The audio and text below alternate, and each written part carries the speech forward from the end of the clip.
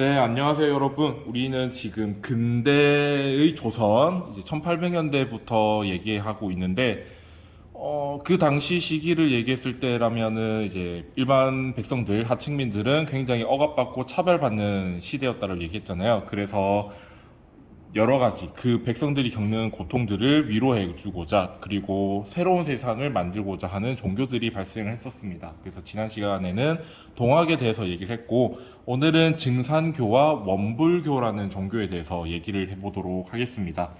먼저 증산교라는 종교에 대해서 얘기를 할 건데 조금 많은 친구들이 처음 들어보는 종교로 받아들여질 것 같은데 뭐 실제로도 흔한 종교는 아니죠. 자, 어떤 종교인지 같이 알아보도록 합시다. 자, 첫 번째, 증산교의 특징을 살펴볼 건데요.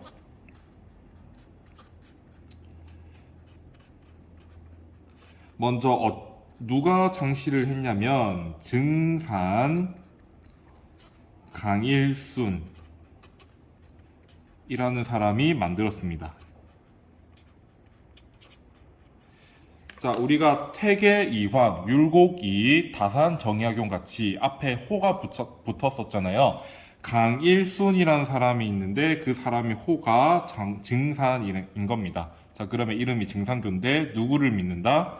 증산 강일순을 믿는 종교가 증산교다. 자, 그런데 특이하게도 스스로가 만들어낸 종교인 것이죠. 두 번째, 이 증산교의 내용을 보면 이렇게 설명을 할 수 있습니다. 민족 고유 사상.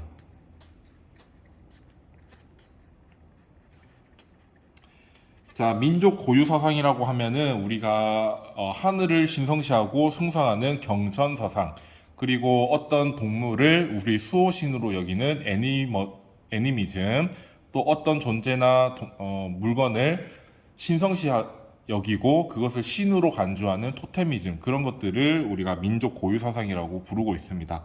거기에다가 무속신앙 이또 들어가 있어요.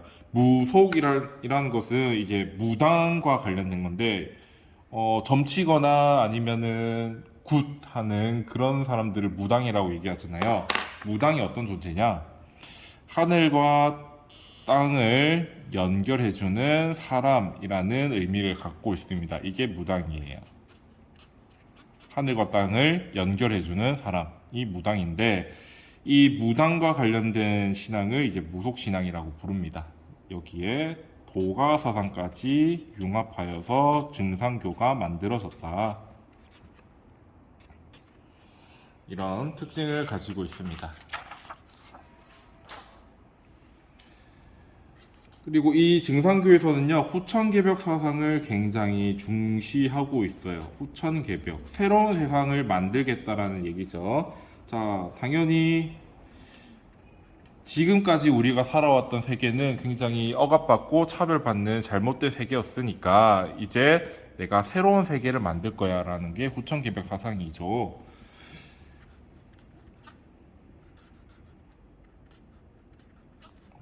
자, 선천세계. 이 선천시대 세계는 우리가 지금까지 살아왔던 세계를 의미합니다. 근데 이 지금까지 우리가 살았던 이 세계는 어떤 세계냐? 사람들이 서로 차별받는 세계였고, 이 차별로 인해서 고통받는 세계였습니다. 자, 그런데 사람들이 고통을 받으면서 어떤 생각이 들겠느냐? 내가 이렇게 고통을 받고 있는데, 나를 고통스럽게 만드는 너네들, 가만히 내가 두는지 두고 봐라. 언젠가 내가 너한테 복수하고 말겠다라는 생각을 갖게 되겠죠. 그래서 원한이 쌓인다라고 합니다. 자, 그래서 핍박받고 억압받던 하층민들은 그 원한을 실현하기 위해서 양반들을 살해하거나 양반들이 협박하거나 그런 식의 사회적인 문제들을 일으켰죠. 반대로 또 복수를 받은 양반들도 가만히 있지 않겠지. 그 하층민들을 다시 억압하고 차별하기 위해서 여러 가지 방법들을 사용했겠죠. 그래서 이 원한이 쌓인 것을 바탕으로 사회가 혼란스러워지고 갈등이 더 심화되는 현상이 발생합니다. 사실 이거 보면은 되게 살기 힘든 세상이죠. 자, 그래서 후천 이제 증산 강일수는 이런 선천 세계를 이제 끝내버리고 새로운 세계를 만들겠다라고 얘기합니다. 자, 그런데 새로운 세계를 만드는 게 너네가 죽어서 좋은 극락 또는 천국에 가도록 하겠다 이것이 아니라 내세에서의 이상 세계를 말하는 것이 아니라 지금 살아있는 이 증상 강일순을 믿는 사람들이 살아 숨쉬고 있는 이 현실 세계에서 지상 낙원을 건설하겠다라고 얘기합니다.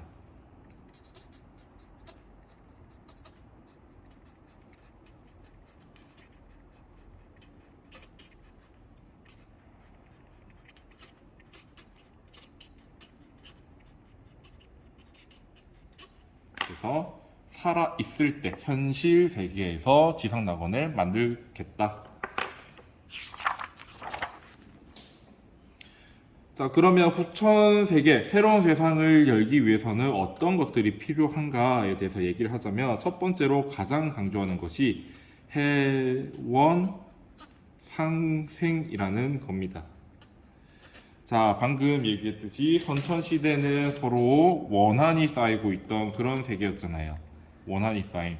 그래서 이 원한 때문에 혼란과 갈등이 심화되니까 이 원한을 가만히 내버려 두면 안 돼요. 유지해서는 안 돼요. 왜? 이 원한을 해소하지 않으면, 없애지 않으면 이 선천세계는 유지가 될 것이고 혼란과 갈등은 여전히 유지되고 심화될 것이니까 없애야지. 자, 그래서 그동안 고통받았던 사람들의 원한을 풀어줘야 돼. 해소시켜줘야 됩니다. 그리고 앞으로 우리가 각자 사는 것이 아니라 함께 서로 으쌰으쌰 하면서 또 서로 사랑과 정을 나누면서 함께 살아가고자 노력해야 된다라고 설명하고 있습니다. 자, 사람들의 원한을 해소시켜준다. 이것을 두 글자로 하면 해원입니다. 해소시켜준다. 무엇을? 원한을. 그리고 함께 살아간다. 상생. 그래서 해원, 상생. 이것이 중요하다라고 설명하고 있습니다. 이렇게 해야만 후천 세계가 열린다.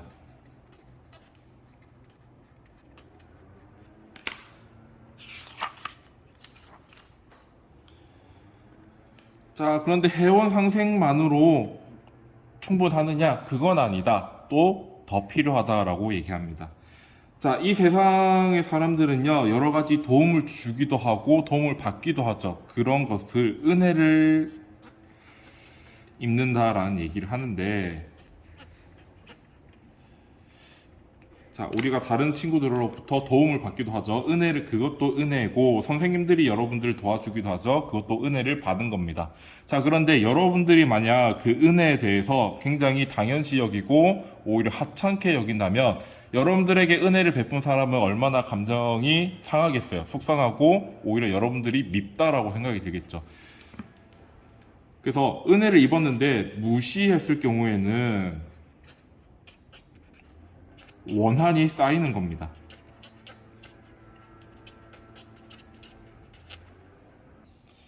자, 그런데 원한이 쌓이는 거는 그렇게 좋은 현상은 아니죠. 왜? 이 원한 때문에 사회가 혼란스럽고 갈등이 심화되고 있으니까. 그래서 우리가 이 원한, 이제 은혜를 입었을 때 무시하면 안 돼요. 반드시 무시할 것이 아니라 은혜를 입었으면 굉장히 사소한 은혜에 대해서도 보답을 해야 됩니다.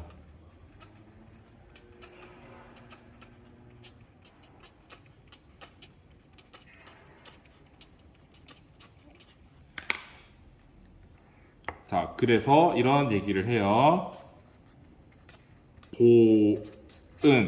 보답한다, 은혜를 보답한다.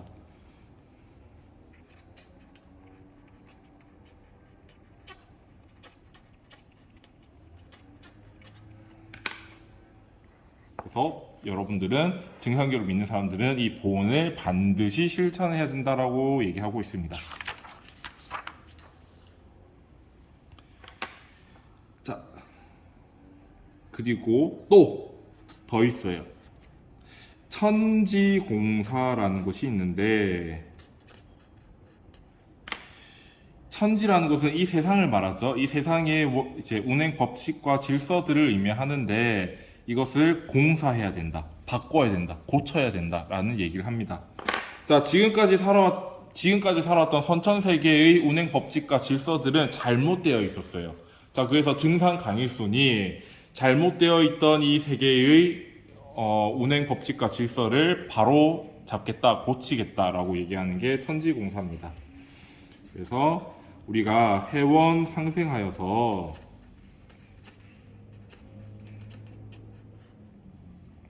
지상낙원을 실현하기 위해서는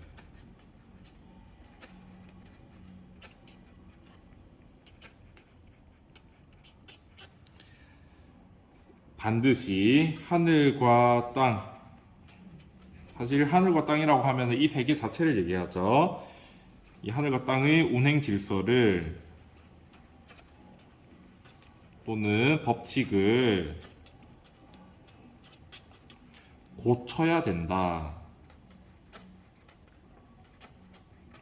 라는 얘기가 천지공사입니다. 자, 그리고 이 하늘과 땅의 운행 질서 법칙을 네 글자로 얘기했을 때는 천지도수라고 얘기를 하기도 합니다. 자, 그런데 여러분 생각해 보세요. 이 천지공사, 세상의 운행 원리와 질서를 법칙을 바꾸는 것은 쉬운 일이 아니죠. 그래서 일반 사람들은 이 행동을 할 수 없습니다. 누가 할 수 있을까? 이름이 증산교예요. 당연히 증산 강일순이 할 수 있는 거죠. 그래서 증산 강일순은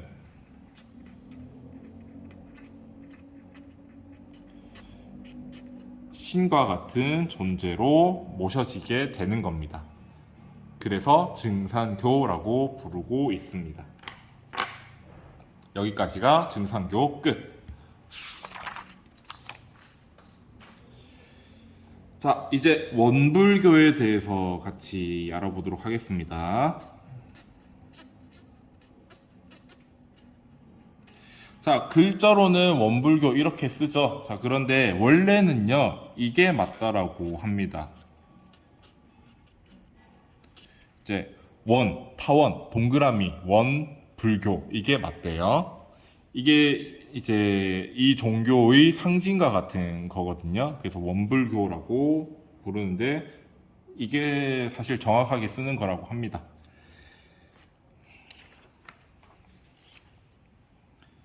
원불교의 특징.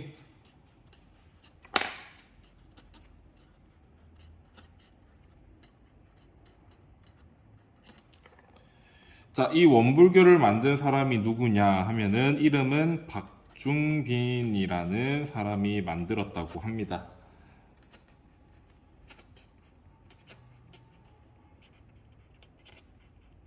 자, 그리고 그 내용적인 측면에서 보자면요. 일단은 한국에 들어와 있던 불교를 다시 한번 생각을 해볼게요.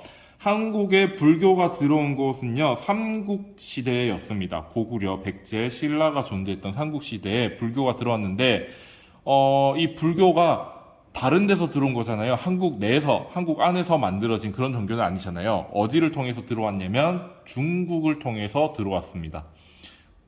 그리고 그 불교는 중국 사람들한테 맞춰진 형태의 불교였어요.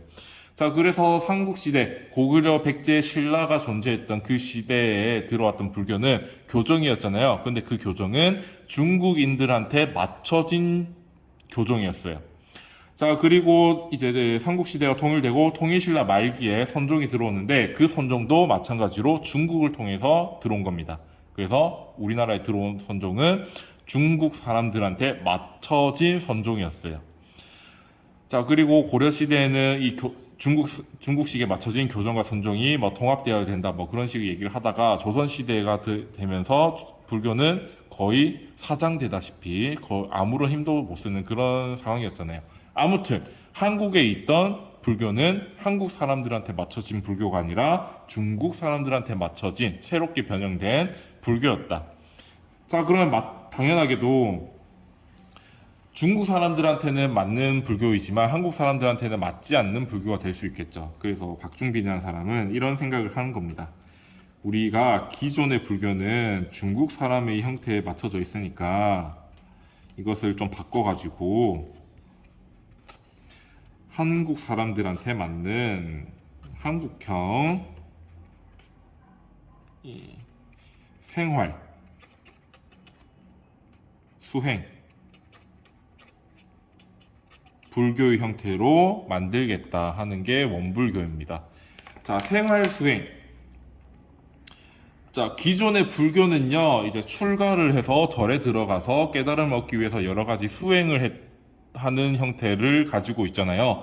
자, 그런데 이 원불교는 출가해서 꼭 절에 들어가서 깨달음을 구해야 된다는 것이 아니라 우리가 일상생활을 살면서 수행을 할 수 있다. 그러면 일상생활을 하면서 우리가 깨달음을 얻을 수 있다라고 얘기하고 있는 불교입니다. 자, 그래서 종교 수행과 사회적 실천을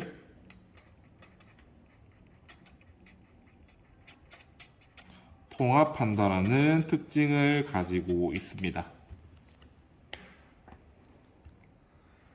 이 두 개가 종교 수행과 사회적 실천이 분리되어 있는 것이 아니라 통합되어 있습니다. 한 번에 같이 할 수 있다라는 얘기죠.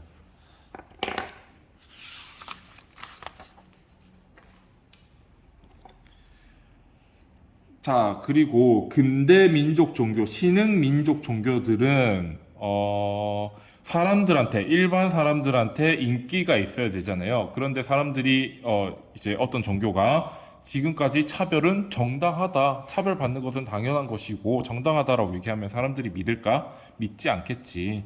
그래서 성별, 원불교도 성별 또는 계급 등에 따른 차별은 나쁜 것이라고 규정짓고 있습니다. 자, 그리고 앞으로 우리가 살아갈 새로운 세상은 각자의 능력이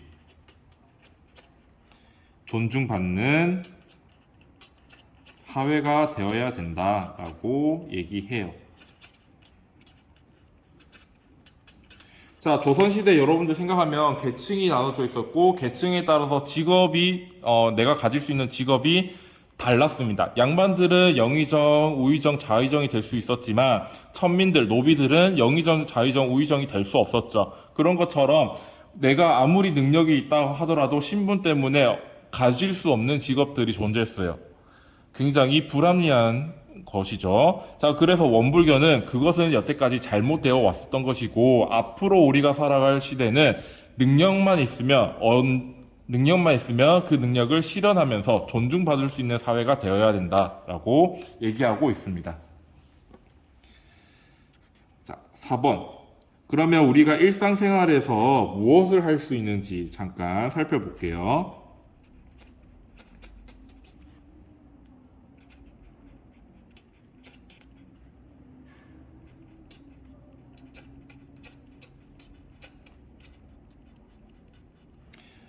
자, 원불교는 기본적으로 불교잖아요. 자, 불교는 어떤 얘기들 하는지 기억이 나나요? 일단 연기설. 모든 존재와 현상은 무수히 많은 원인과 조건에 의해서 발생한다. 그렇기 때문에 이 세상에 존재하는 모든 것들은 상호 의존적이고 평등하다라고 얘기를 했었죠. 비슷한 얘기를 하고 있습니다. 천지. 약간 여기서는 자연물이라고 생각을 하면 되겠습니다. 천지, 그리고 부모, 그리고 동포, 이웃 사람들.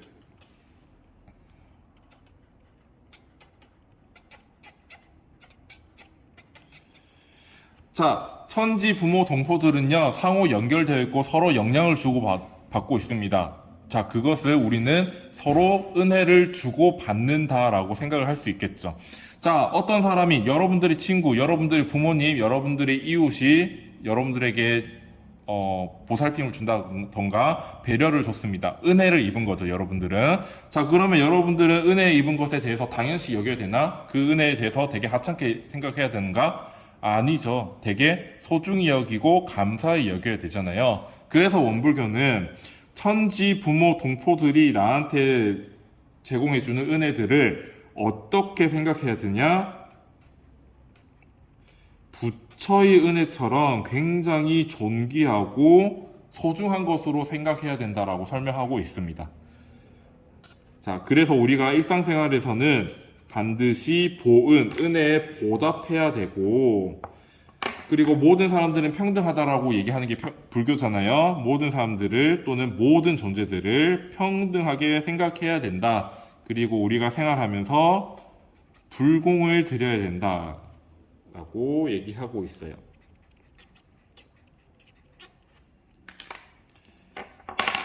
이렇게 일상생활에서 우리가 충분히 수행을 할 수 있다라고 얘기하고 있습니다.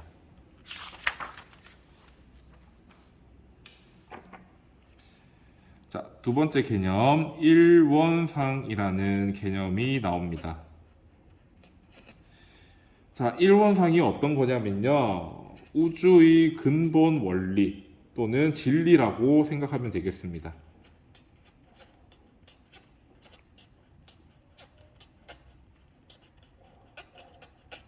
자, 그런데 원불교는 기본 베이스는 불교라고 얘기했죠. 불교의 진리가 뭐죠? 불교의 진리는 모든 존재와 모든 현상은 상호 이존제 서로 다시 모든 존재와 현상은 무수히 많은 원인과 조건에 의해서 발생한다. 그래서 서로 연결되어 있고 평등하다라는 것이 진리잖아요. 자, 그리고 윤회설과 업보설에 따르면 나의 조상님이 내가 키우고 있는 강아지일 수도 있고, 강아지로 윤회했을 수도 있고, 내가 그냥 무심코 밟아 죽였던 개미나 모기가 알고 보니 전생의 나의 부모님일 수도 있는 겁니다.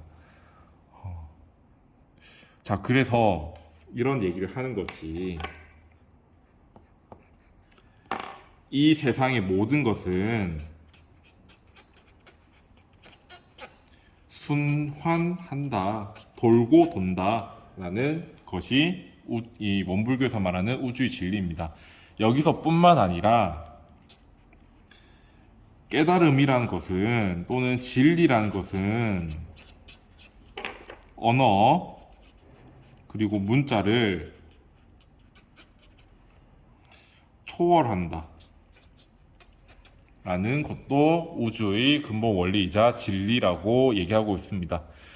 자, 여러분들이 어떤 감정을 느꼈는데 한 번쯤은 겪었을 수도 있는데 이 감정을 내가 무엇으로 표현해야 될지 모르는 그런 감정들이 있어요. 이 세상에 존재하는 단어로는 내 감정을 표현할 수 없어. 또는 내 기분을 표현할 수 없어. 마찬가지로 원불교에서 말하는 진리라는 것은요. 이 진리를 완전하게 100% 완벽하게 표현할 수 있는 단어는 없어요. 그런 글자는 없어요. 그래서 어떻게 한다? 그냥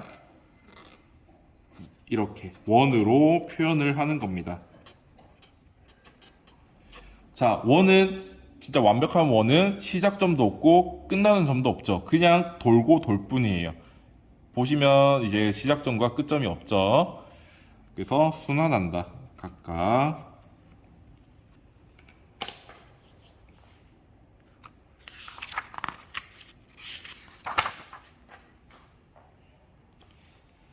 이제 세 번째 개념, 영육상전이라는 개념이 나옵니다.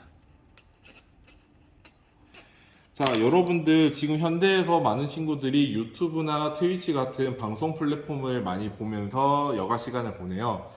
자, 그만큼 예전에는 없던 것이 지금에 나타났다는 것은 그만큼 기술이 발달했다는 거잖아요. 자, 그런데 유튜브나 트위치의 댓글창 보면 굉장히 가관입니다.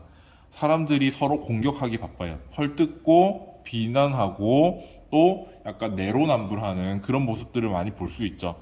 여기서 얘기할 수 있는 거는 그만큼 문명의 발달, 과학기술 같은 것들은 발전을 해 있지만 사람들의 시민성과 도덕성은 과학 발전의 속도에 따라가지 못하고 있다는 것을 우리가 알 수 있습니다. 원불교에서도 똑같은 생각을 하고 있어요. 이 당시에는 서양 문물들이 조선에 많이 들어오고 있던 시기인데 물질의 발달은 계속 되고 있었습니다. 자, 그럼에도 불구하고 이 서양에서 좋은 물건들이 들어오고 과학기술이 들어오다 보니까 물질의 발달은 급속도로 성장하고 있었어. 자, 그런데 그에 비해서 사람들이 가치관과 생각들은 여전히 유교적인 사상에 취해 있었던 거죠. 유교적인 사상을 탈피하지 못하고 있었던 상황입니다. 그래서 정신적인 것, 정신의 발달은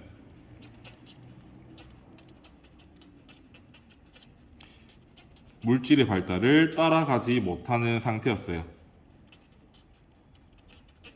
자, 그러다 보니까 이 세상이 혼란해진 것 아니느냐라는 판단을 내리게 됩니다. 자, 그렇다면 이 혼란스러움을 더 이상 생기지 않기 위해서는 어떻게 해야 될까? 물질이 발달하면 당연히 그에 응당하는 정신도 발달시키면 되지. 그래서 우리는 정신, 이제 이 정신을 한자로 쓰면 영혼할 때 영이라고 얘기할 수 있습니다. 이 정신과 육체 또는 물질, 이것을 한자로 얘기했을 때 육이라고 할 수 있어요. 이 정신과 육체를 함께 발전시켜야 한다 라고 얘기하는 게 영육상전입니다. 봅시다. 정신, 영이라 했죠. 육체, 육이라 했죠. 함께 이것을 한자로 쓰면 쌍이라고 표현할 수 있습니다. 그래서 쌍, 발전, 전, 영육상전. 그래서 이렇게 표현이 되는 겁니다. 자, 이렇게 해서 우리가 근대 민족 종교, 신흥 민족 종교, 동학, 증상교, 원불교까지 다 마쳤습니다. 이렇게 해서 우리가 이제 윤리와 사상에서 배울 동양 사상은 끝이 났고요. 다음 시간부터는 서양 사상에 들어갈 겁니다. 특히 이번에는 처음 배울 내용은 이제 소피스트라는 집단과 소크라테스, 여러분들 유명한 소크라테스 알고 있죠? 소크라테스의 사상에 대해서 같이 알아보도록 할 겁니다. 자, 오늘 이렇게 짧게 수업이 끝났는데 그래도 듣느라 고생이 많았고요. 오늘 하루 파이팅해서 좋은 하루 보냈으면 좋겠습니다. 오늘은 여기까지. 수업 끝. 안녕.